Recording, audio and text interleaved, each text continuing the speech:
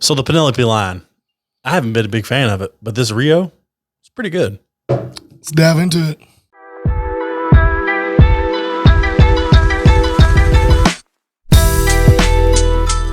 So, you've had a few Penelopes now. You're not really a big fan. No.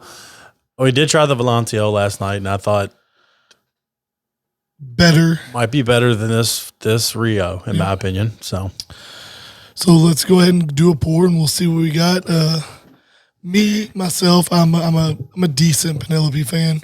It's not anywhere held in high regards, like top of my list, but it's definitely on there. So it's nice to see. I don't think it's terrible. Finding stuff in Penelope you like. Some of them I feel like are just young. And they may not be young. I don't know. They just have a young. I mean, the age statement on this on the website is 4 to 6 years. Yeah. And 2 of that being finishing, because it's finished in that honey and then finished in the Brazilian. The Amberana barrels. Brazilian Amberana. Oh, that nose is so pleasant. Yeah. It smells like a beach in a glass to me. A beach. I swear it smells like you get all that. There's a lot of coconut on the nose. I don't know what I get fully. Honey, obviously. Coconut. Maybe like a cookie or a graham cracker.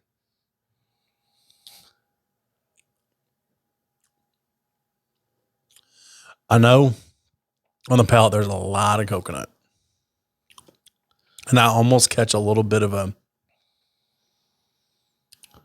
little bit more rum on the finish. A lot of coconut on the palate. Rum on the finish, in my opinion. It's not hot by no means. It's got a little more heat than what you think for a 98. Yeah.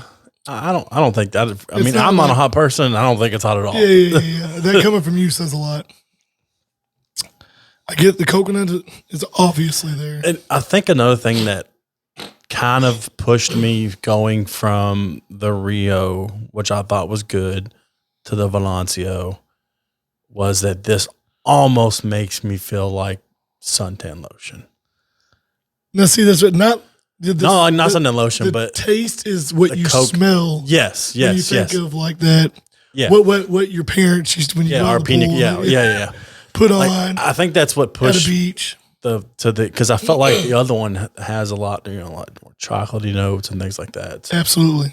But yeah, I totally get this. It's like summer in a glass to me. Yeah, and that's what I think of. I feel like I would almost. This will be something that I would want to like sip on if I was on the beach or something, or more of like a dessert style bourbon, I guess you can say. And speaking of dessert style bourbon, do you get that where it's like a sweet savory type of mix in the glass? Yeah.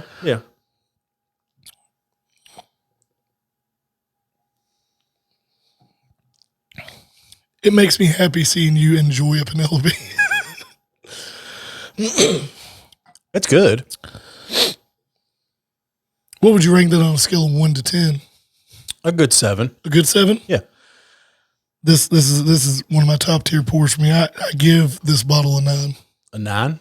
I love it. If I could find it all the time, I would drink a lot more. Yeah. I mean, I feel like it's too sweet to be a high number for me. And I get that. And I do like my sweet bourbon, but I want to catch some more fruitier. You want your cherry a little bit different fruit. You get from like Taylor. Because I feel like this is kind of like pina colada style bourbon. Which is funny because I don't like pina coladas. And out of the sweet bourbons we've tried, I'm not a fan. Something about this. Yeah, it's good. Something about this is hitting it home for me. Now, I don't catch that rummish until after, like way after. Yeah. I get more of the coconut at the beginning. Coconut, there's a little bit of a nutty taste in there. The best way that I can describe it is, like you said, it's like suntan lotion. Yeah, that's what it reminds me of. I think that's like, because I drank this for the first time and I was like, man, this is actually really good. Like I've disliked Penelope the entire time. Yeah. I haven't liked anything they've done. I've tried it. I was like, this is good. I like this bourbon. I could drink it. I won't complain. It's good. And then we did the Valencio, and I was like, I think I like this better. So, I guess I need to try more of them. But I think I'm already kind of to the point to where I've tried a lot of them. I think if we get a hold of that 9-year one, I think you might enjoy that. Yeah. It just depends on what they... It's going to depend on a lot, but I feel like a lot of your complaint with Penelope is it's young. Yeah. Which 100% it is a young And bourbon. I've not always been a huge MGP juice guy either, so that might be half my problem too. Yeah. Which is funny because they just got purchased by MGP. It's a recent thing, ain't it? Yeah. I think at the beginning of the year, possibly. Yeah. Huge buyout. But MGP makes friggin' everything. They make stuff for everybody. If you're not in Kentucky, then MGP's making your juice for you. I mean, more or less, Absolutely. I can't catch what I'm catching from the nose off the glass. It's always funny because I get a different smell if I smell straight from the bottle than I do from the glass. Yeah. Remember, you gotta get way up in there. It's good. I'm going to highly recommend it to anybody out there. Now, I know this bottle is not something you could just go to the store and buy. Yeah. I know MSRP on it's $90, give or take a little bit, and secondary can be anywhere from $200 to $300 depending on your area. I think we're finding it here for about $250. Yeah, I think it may have gone down just a little bit, and that's a lot to pay for a bottle that you're not sure if you like. I think if you like Penelope products and you're really wanting to experience it, I would pay the $250 one time to experience it, to try it. Yep. Just because I like Penelope. I can see you being, I don't want to spend that money on something that I haven't liked their other bottles. Yeah. But definitely, if you find this ever on the shelf at MSRP, pick it up. Yeah. Pick it up. Good bottle. And this is part of their copper series that they're doing. And I don't think I've had any of the other, except for the Valencio, which we just recently got. Yeah, I think it's like a 74% corn, 15 wheat, 9 rye, and a 3 malted barley. It's low. Yeah, it is low for the malted barley. Yeah, very low. I mean, they blend. Low rye, too. It's a great blend. I think they hit the nail on the head with it, and they should. A lot of corn. Keep going with it. Because this is the second batch, correct, that we got? I think. I'm not 100% sure of that. I'm pretty sure this is batch 2. It says 23902, and I feel like the first batch was 23901. But yeah, their copper series, they got the Rio, the Valencia, the Rose cask, and then that Tagaji cast finish, which I would like to try if I ever see it anywhere, but chances of that are slim. But this was a lucky score for you. Oh, yeah. Yeah. I got lucky and just walked in at the right time and basically got 2 of them at the same time for MSRP. I was pretty excited. Yeah, because I remember you sent a text in the group chat. You text me, and then I didn't respond. I was at work, and then I saw the group text. I got a Rio. Anybody want it? I was like, me, I want it. First person was like Andrew. Andrew was like, what is it? Yeah, I was like, nope, dibs, me. Sorry, Andrew. But, yeah, I mean, and he hasn't had it that long.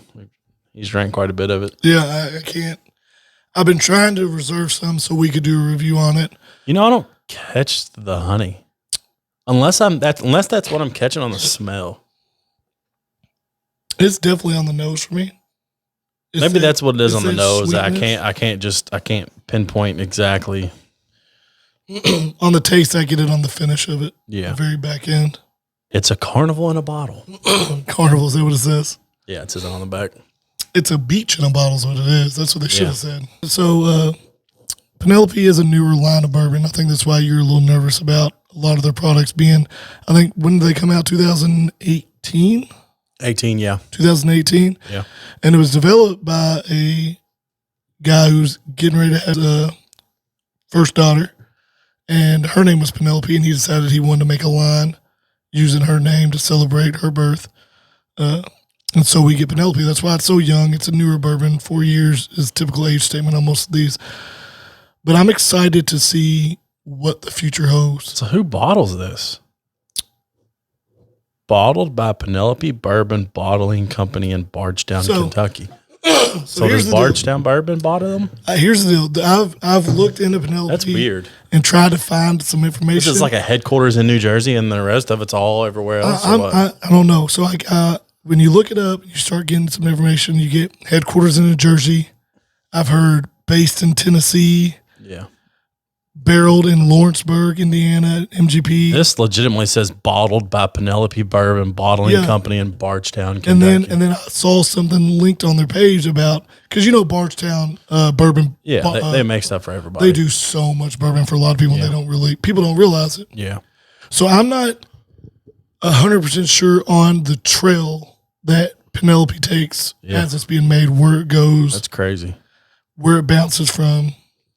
That is crazy. It's one of the few bourbons I've come across that literally bounces everywhere. Yeah, I mean, sounds like it. I mean, and then I was reading up a little bit more on the two co-founders whenever they first started it, and they couldn't really get nobody to bite on it. They basically traveled around trying to get people to bite and bite and bite and bite and bite, and I think finally MGP bit on it with them and kind of helped them with the juice portion of it, I guess. But I mean, they've definitely picked up. Yeah, I mean, they've built a lot since 20. I mean, I'm not gonna say since 2018. I'm gonna say since this year. True. I mean, I never really heard much of Penelope until like the beginning of the year, like probably not even that. Probably like almost March, April, like spring. Yeah, like springtime. Yeah. So I mean, it really ain't been that long. Now I'm sure other people knew about them. Yeah. But they didn't really get to our area up here in Kentucky. I mean, they had it, but nobody was really ranting and raving about it. No, I remember it was just out of nowhere. It was this person's reviewing it. Yeah, this person's talking about it. Someone I knew mentions it. It was like a slow build up. Yeah, just here in the past year. And I'm excited to see where they take it from here, since they are so new. As they age, get a longer age statement. Yeah. Master and figure out that great mash bill for themselves and see where they end up. But we'll definitely have to do the Valencio soon, since you like that more than the Rio. Yeah. It had like I don't know, I just had like a chocolate kind of. Yeah, I remember you poured that and you took a sip and you were like, you perked up. Yeah, it's pretty good. And I know it takes a good bourbon to get you to like perk up. I mean, and the Penelope is a good bourbon. Some. Now I'll agree with that, because me trying to get the Penelope line, I bought that the basic white label, and it was not good. Yeah. Like, I mean, I feel like flavor's got to catch me. You really got to catch me with some kind of flavor. Something has to stand out. So yeah, something has to, because if I'm not getting much of anything from something other than just some heat and maybe some oak and the basic bourbon and a little bit of butterscotch or something, which is supposed to be the bee's nest or whatever. It's just not gonna. It just doesn't like tickle my taste buds, I guess you can say. I got you. And then when you get into stuff like this and like some of the single barrel Taylors and when you start cherry those notes, fruity notes, because you're big on those, when it stands out like that, that's when it grabs you. And it's not super hot. And what's the proof on this? 98, I believe. So 98 proof. So that shows it right there. It's not that high proof. So in my opinion, it gives you the opportunity to really experience the taste, to catch the notes and the flavors, and good bottle. And I agree with you 100%. When you get that right proof, those flavor notes stand out more. And I did your mouth closed, hold the bourbon in. Yeah. I just started doing that, and it changes the flavor. It does. It brings those notes out a lot more. They're a lot more present and stronger. It's almost like whenever you breathe in, it makes it hotter to where you can't catch the notes as much. It's different. And I'm getting that now that I'm trying to do that. Yeah. But everybody has their own way to do it, though, Absolutely. You'll hear a million different ways Yeah. how you should drink bourbon. Somebody will read this and be like, some guys don't know what the fuck they're talking about. You know what I mean? But I mean, that's the bourbon community. Everybody thinks they're right, doesn't want to do it a different way. I mean, just figure out the best way you want to drink your bourbon and enjoy it. That's all we can really say. Whatever suits you best. But yeah, all in all, I mean, I would even go up. I'll give it a 7.5. I was going to say 7, so I'm gonna give it a 7.5 for flavor. For flavor over ethanol. Okay. Which is heat in my opinion. Because a lot of other Penelopes I have, I feel like I'm just the toasted. It's just a lot of ethanol, and I don't really enjoy it. You did the toasted. All you said was heat. Yeah. Or ethanol. Yeah. And then the barrel strength. You said ethanol. It's too hot. Yeah. So I'll give it a 7.5. All in all, it's crazy. I don't think I've ever heard you give anything a 0.5. Or 7.5. Yeah, I've never heard you give anything a half. So I give another half just because I've sat here and kind of thought about it. Yeah, I'm taking it in a little bit, and I still have a faint coconut. Yeah. Even after I drink water, and it's pretty good. I like it. We got Derek on board with something Penelope. Yeah. I'll take it. But yeah, so the review today, Penelope, make sure you like, comment, leave a recommendation below. Let us know what you think we should review next. We always like taking those recommendations and trying what y'all want to see us try. But make sure you tune in next week. We'll be doing another bottle. Appreciate y'all tuning in. Peace. Peace. We'll be right back.